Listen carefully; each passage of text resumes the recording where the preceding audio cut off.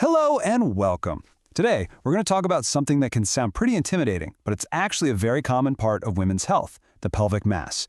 We're going to break down exactly what it is, what it isn't, and what you really need to know. Here at MediByte, our whole mission is to cut through all the confusing medical jargon and the anxiety that can come with it. So in this explainer, we're going to walk through this topic step by step, from symptoms to diagnosis, so you can feel informed and, honestly, a lot more in control. So let's just dive right in. What exactly is a pelvic mass? The term itself can be a huge source of worry, so our first step is to get a really clear, basic understanding. Okay, so simply put, a pelvic mass is just any kind of abnormal growth in your pelvic area. But, and this is probably the most important thing I'm going to say today, the vast majority of these are non-cancerous or benign.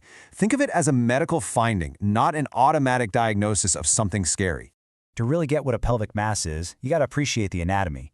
The pelvis is a pretty crowded neighborhood, you know? It's home to your reproductive organs, of course, but also your bladder, intestines, and ureters are all in there. A mass can actually start on any of these things, which is why the diagnostic process is so important to pinpoint where it's coming from. And that leads to a really practical question, right? How would you even know if you have one? What are the kinds of things you should be looking out for? Well, the symptoms can really run the gamut, from pelvic pain and weird periods to, and this is a big one, no symptoms at all. Seriously, a lot of pelvic masses are found completely by accident during a routine checkup, which is just one more reason why those regular gynecological exams are so important. Okay, now let's talk about one of the most critical factors when a doctor is looking at a pelvic mass, your age.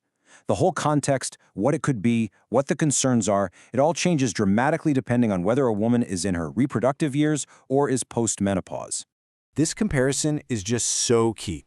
During your reproductive years, masses are super common and usually benign. We're talking things like fibroids or simple ovarian cysts.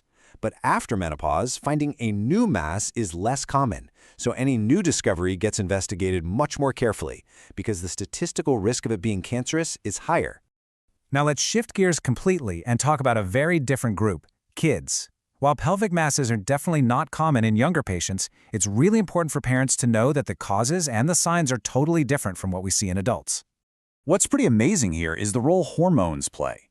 In newborn baby girls, little cysts can actually form because of the mother's hormones from pregnancy, and they almost always go away on their own. In older children, while they can still get simple cysts, doctors are also on the lookout for rare types, like something called a germ cell tumor. And listen, here's a really critical piece of information for all parents out there.